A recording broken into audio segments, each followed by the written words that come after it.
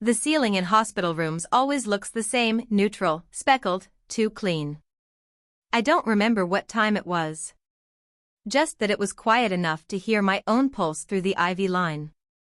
My name is Shella Morgan. I'm 31.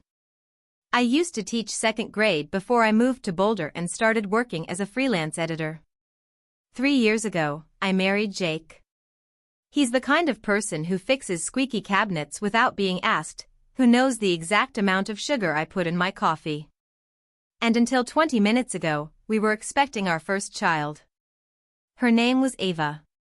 She wasn't due for months, but we'd already painted her room lavender. We had a mobile above the crib that played soft piano lullabies. Jake said the melody reminded him of snow. I was 18 weeks along when the bleeding started.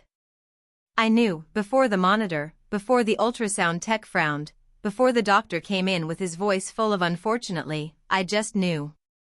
They let me rest in the room after. I think they assumed someone was coming, but I hadn't told anyone yet. Only Jake. He had gone to fill out paperwork.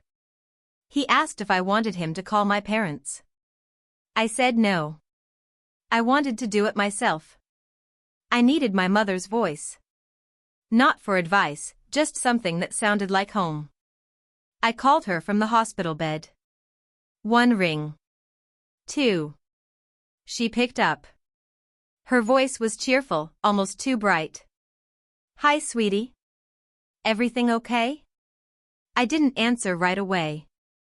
My throat locked. My fingers curled tighter around the edge of the blanket. Then I said it.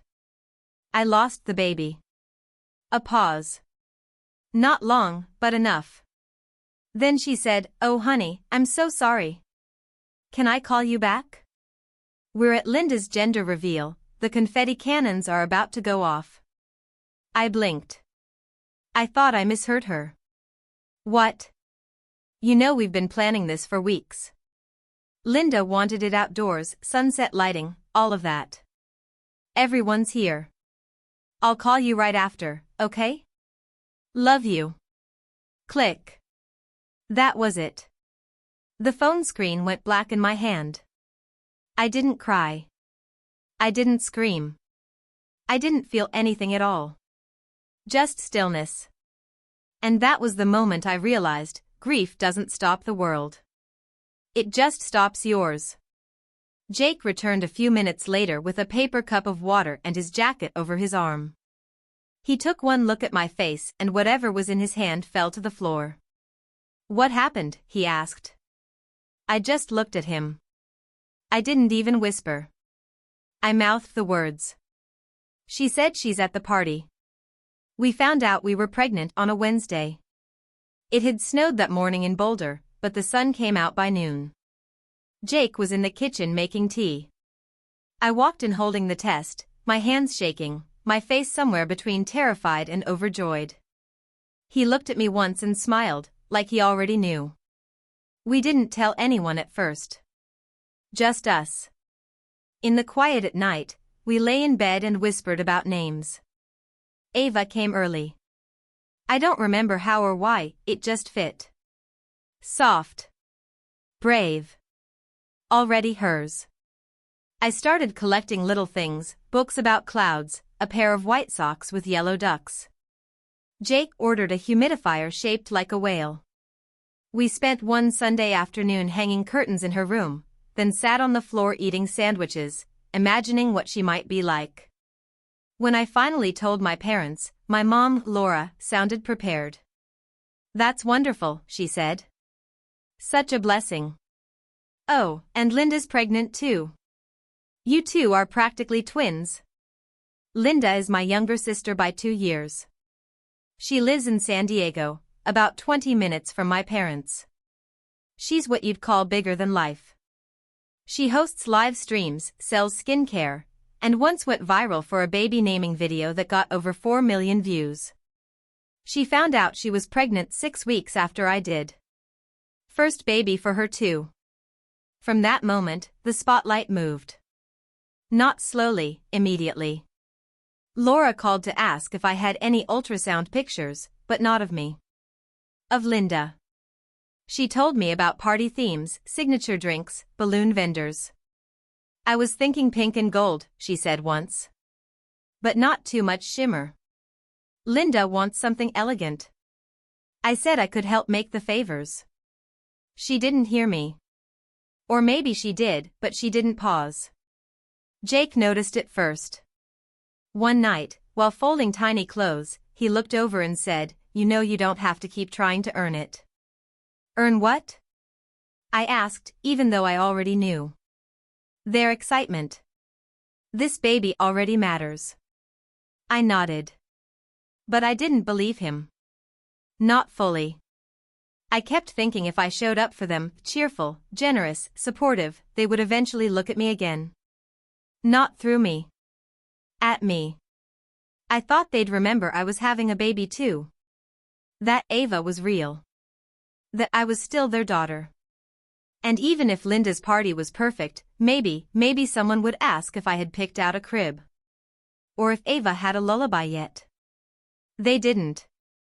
I counted 12 minutes of white noise and cold gel, and Jake squeezing my hand like he was afraid I'd float away. Then the doctor came in. Young. Crisp. Kind in that practiced way that says he's done this before.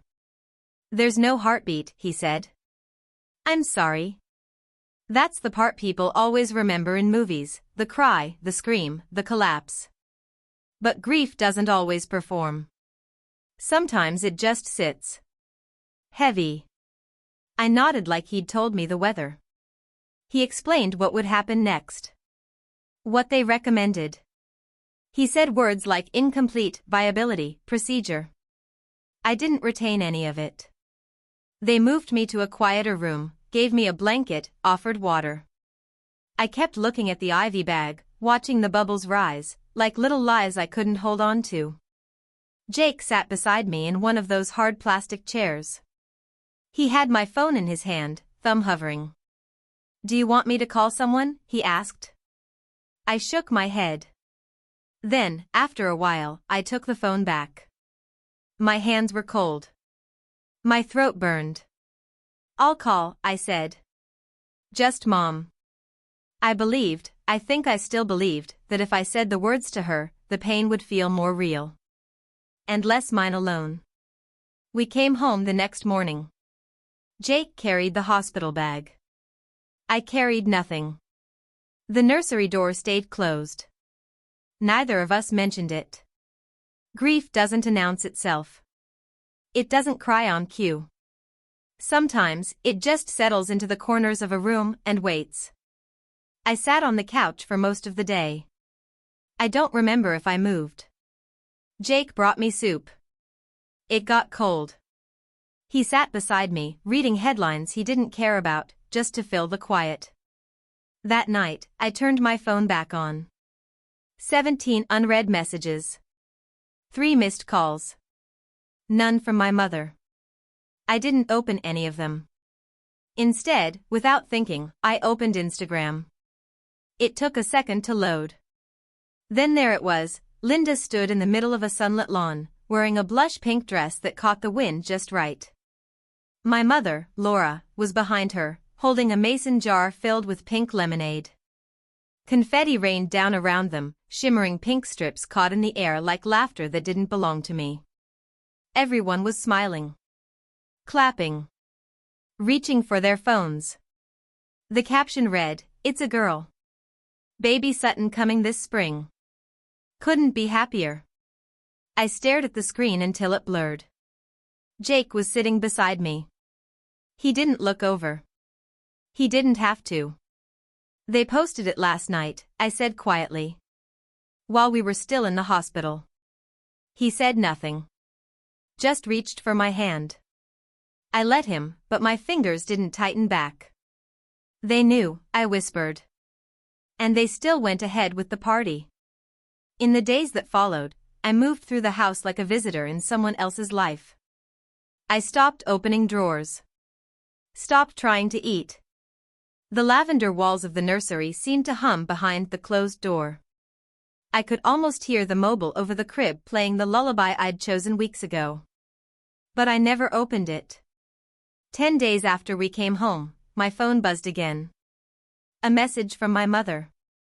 Hi sweetie, just checking in. If you're not going to use Ava's things, Linda could really use the crib and bassinet. She's starting her nursery this week and it would help a lot. I read it once. Then again. Then a third time. Each time, something settled lower in my chest. Not just sadness. Not just hurt.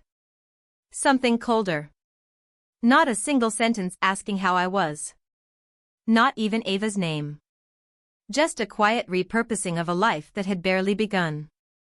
Jake read it too. I didn't need to explain. He stood, walked to the kitchen, came back empty-handed. We should give them something, he said. Just, not what they asked for. I looked at him. His voice was calm. Steady. But behind it, there was something else. Not anger. Conviction. That night, I couldn't sleep. I sat up in bed, staring at the hallway. The door to the nursery just barely visible in the dark. Jake was beside me, his breathing steady. He hadn't asked again about the message. He didn't need to.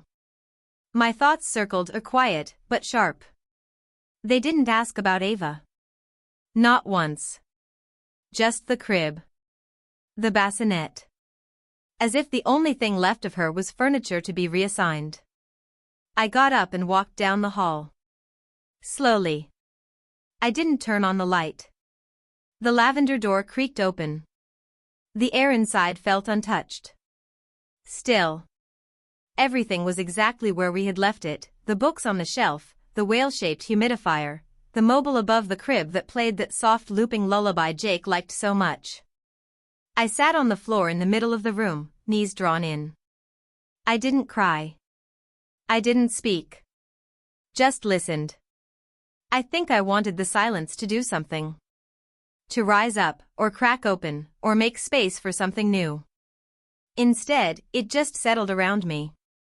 After a while, Jake appeared in the doorway. He didn't say anything. Just walked in barefoot and sat beside me. His shoulder touched mine. His presence felt like a question I didn't have to answer. I don't want to give them Ava's things, I said quietly. I know, he replied. But I want them to know she was real. He nodded. Then let's show them. We didn't pack that night. We just sat there.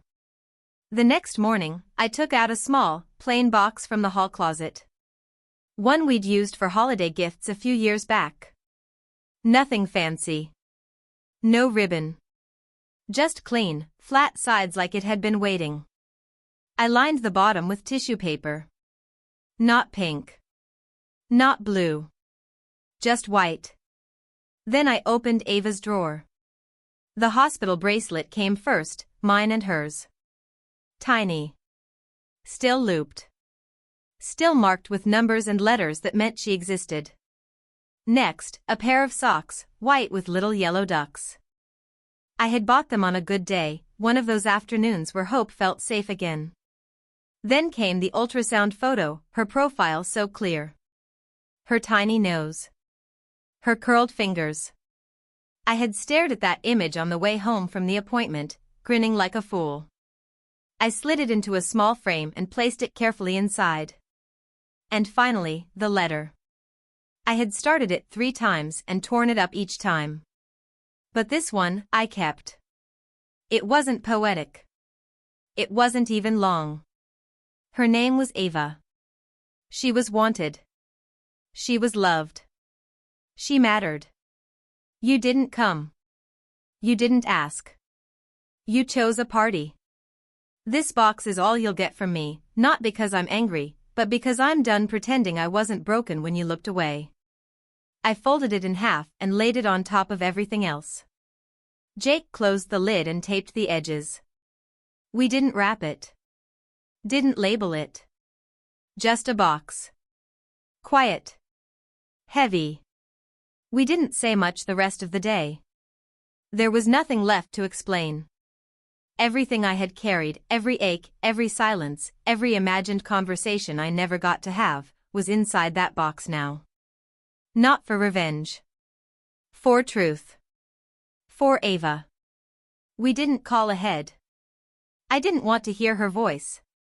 Didn't want to give them time to rehearse anything that might sound like kindness.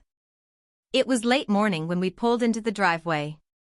The sky was clear, that quiet kind of blue that always made me think of summer trips as a kid.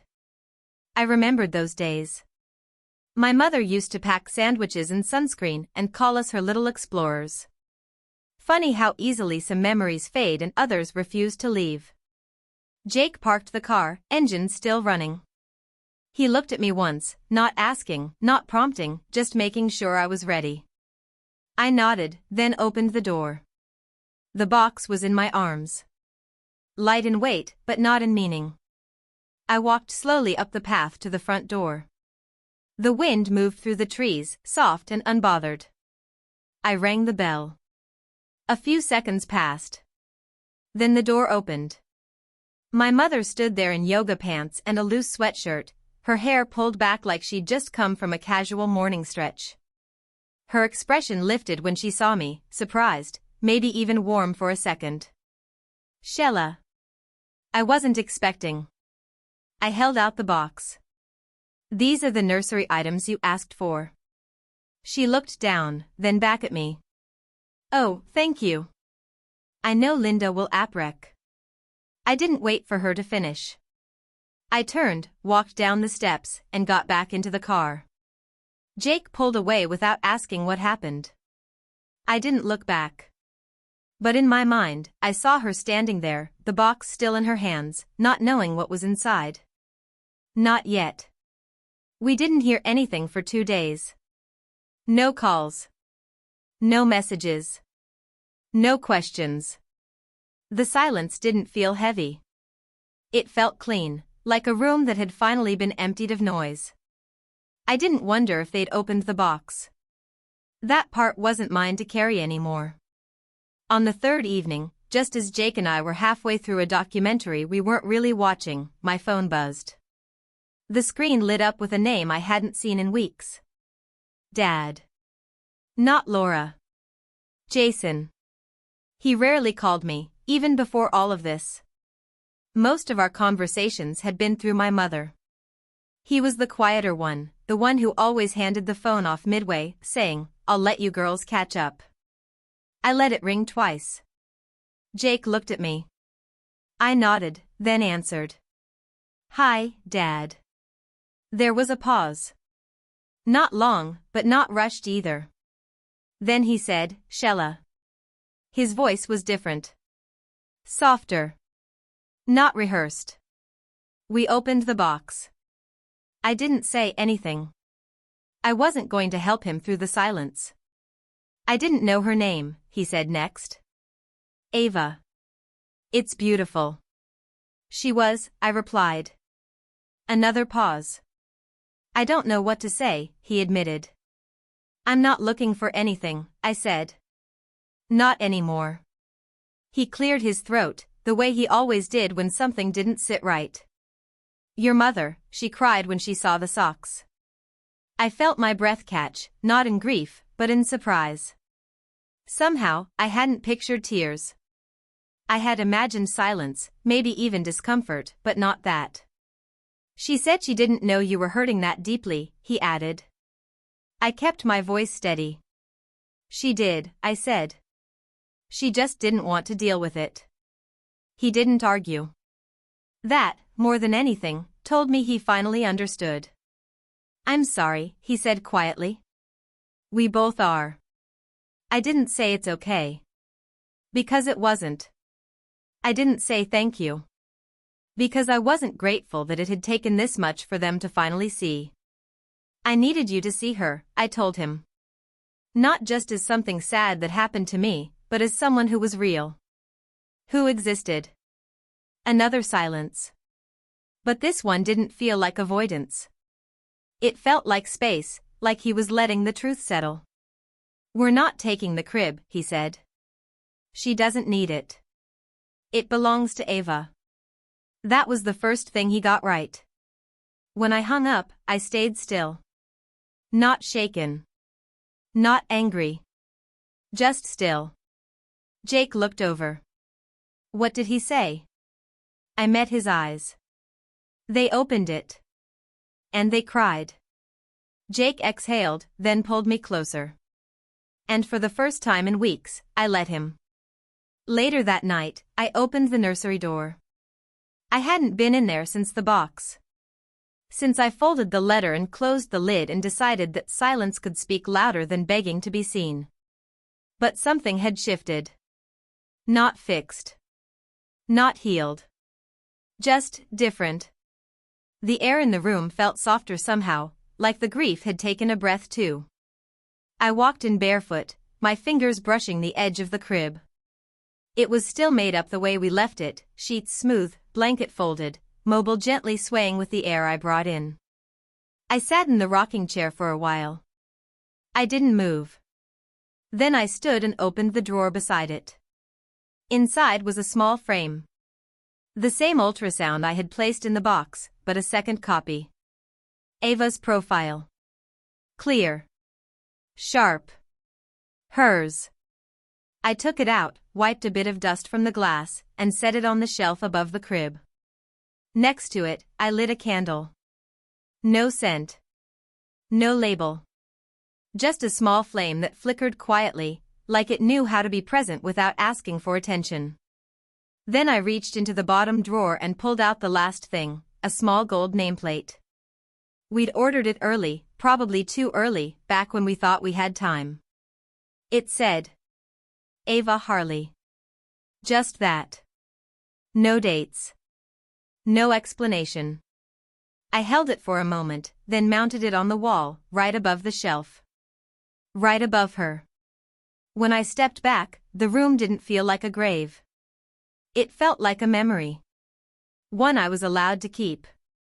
Jake stood in the doorway, watching me. He didn't say anything. Then softly, how do you feel? I looked around, at the frame, the flame, the name. Like I finally said her name loud enough, I replied, that someone heard. We didn't speak after that. We didn't need to. Some stories don't end with apologies. They don't end with reunions or realizations or a dinner where everyone suddenly understands. Some stories just end. And in that space, something else begins. A few days later, I got a message from Linda. I didn't know until they opened the box. I'm sorry. I didn't respond. Maybe I will someday. But not now. Because when I was bleeding in a hospital bed, she was throwing confetti. I don't blame her for being happy. I blame her for pretending not to notice when I disappeared. And as for my parents, they never asked for the crib again. And I never offered.